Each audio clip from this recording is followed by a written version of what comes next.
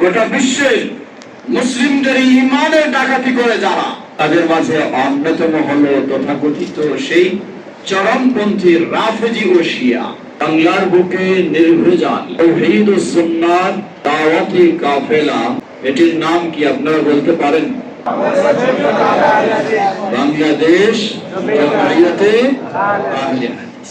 আপনি সৌভাগ্যবান, যেটার কথা আপনি বলছেন, বাংলার বুকে তাওহীদ ও সুন্নাত নির্ভেজাল দাওয়াতি কাফেলা, যার নাম বললেন তারই আপনি একজন হয় দায়িত্বশীল, নয় কর্মী, নয় সমর্থক।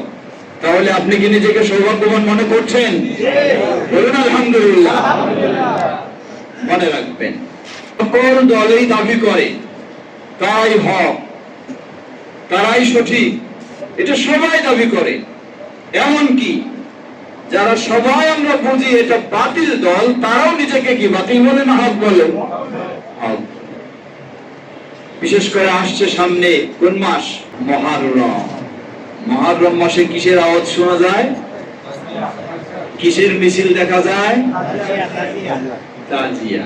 কি আশ্চর্য বিষয় দেখেন, কোথায় সেই হোসেন রাদিয়াল্লাহু আনহু, বর্তমান হলো 1445 শেষের দিকে আসে যাচ্ছে 1446।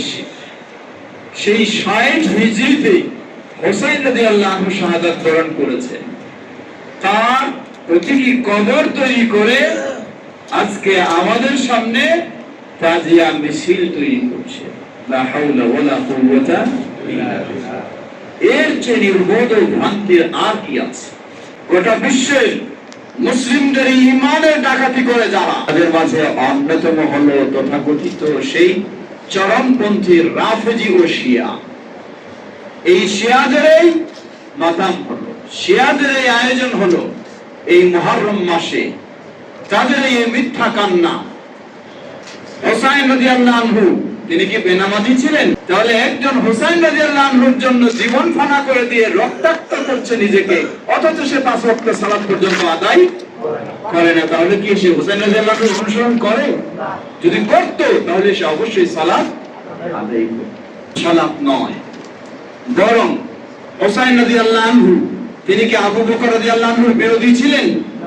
ওমর রাদিয়াল্লাহু আনহুর বিরোধী ছিলেন? ওসমান রাদিয়াল্লাহু আনহুর বিরোধী ছিলেন? আয়েশা রাদিয়াল্লাহু আনহার বিরোধী ছিলেন? হাফসা রাদিয়াল্লাহু আনহার বিরোধী ছিলেন? এই মুহররমকে কেন্দ্র করে কত শত তাদের আয়োজন। শুধু গালিগালাজ নয়, সরাসরি ডাইরেক্ট তারা আবু বকর, ওমর, ওসমান, আয়েশা, হাফসা তাদের উপর লানত বর্ষণ করে। নাউযুবিল্লাহ।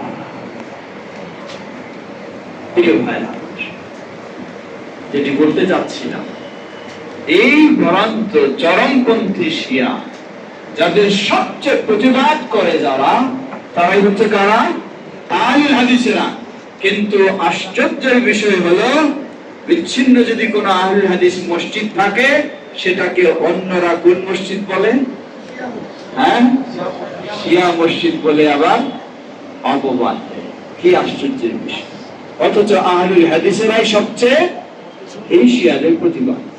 প্রিয় ভাইরা আমার, সুতরাং আমরা বলবো, আপনাকে জানতে হবে এই বিষয়টি, নিশ্চিত হতে হবে আপনি কে।